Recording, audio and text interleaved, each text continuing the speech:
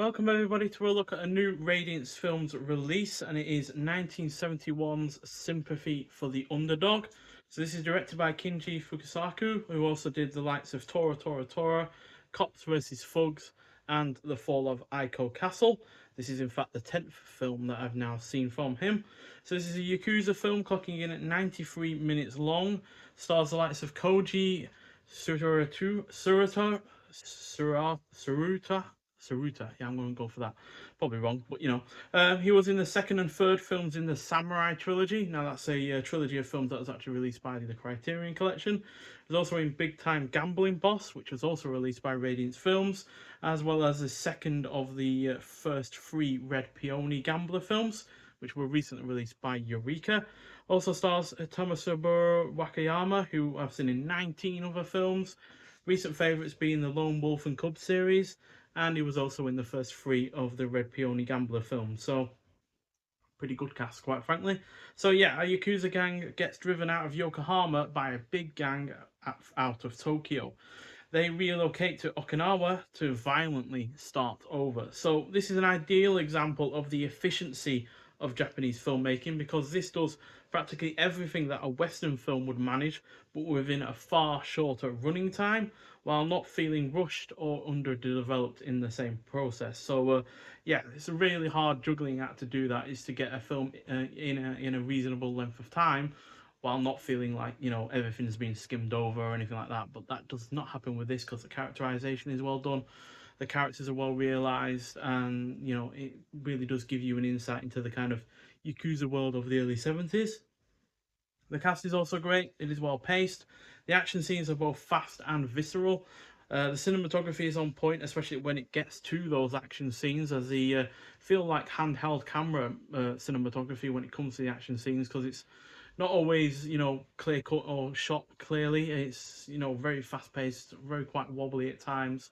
Feels like Paul Greengrass, 30 years before he even did such a thing, and yeah, just feels really rather in there and in the moment of those action scenes. And yeah, it just feels very fast paced and kind of like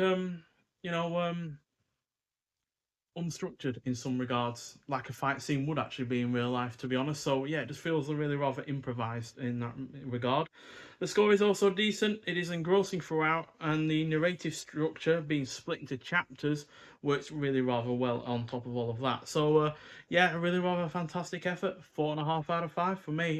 Yeah, matches the likes of Cops versus Thugs, which is another Yakuza film from the director that I've seen that I've really enjoyed.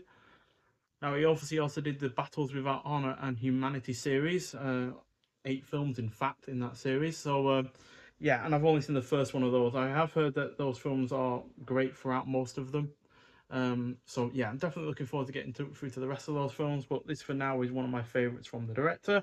So, yeah, nice printed disc. We've also got a reversible artwork sleeve on the sleeve,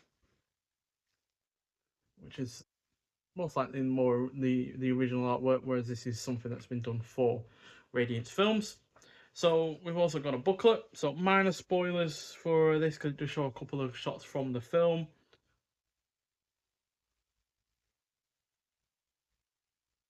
And inside the booklet, we've got your cast and your crew. We've also got Sympathy for the Underdog, a history of consideration from 2024 by Bastion Marisoni. And then we've got a review of Sympathy for the Underdog from 1971 by Tetsuo Ijima. And then we've also got transfer notes and credits. So yeah, also got shots from the film. This is interesting. So we've got another film of Fukasaku's coming out later this year. It's in July, in fact.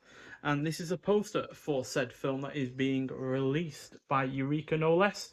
And it is Message from Space, which is one of only 2, I believe, that he did in the sci-fi genre. The other being the one on top of that, which is The Green Slime, which is a great film by any means, but it does have a really good theme song and it's reasonably entertaining. But yeah, I'm really looking forward to Message from Space, because it does look like Star Wars but on steroids, and with a lot of Japanese elements to it that work really well, like the miniatures. So yeah, looking forward to that film, and yeah, hopefully it will be as good as this is. Here's another shot from the film. They're pretty much our 4 main leads. outside of Wakayama, who is actually pretty much the opposing side of those.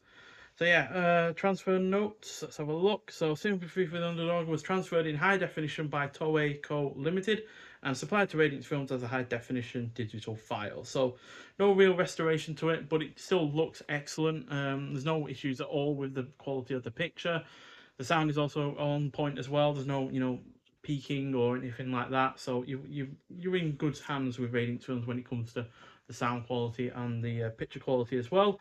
And on the disc itself, well, we have uncompressed mono PCM audio commentary by Yakuza film expert Nathan Stewart, interview with Fukasaku biographer Oliver Haduchi, and then we've got visual essay on Okinawa on screen by film historian and author Aaron Juro, and a trailer, new and improved English subtitles, and new artwork commissioned by Time Tomorrow. So yeah, that's where that the new artwork has come from. So yeah, I like the new artwork, to be honest.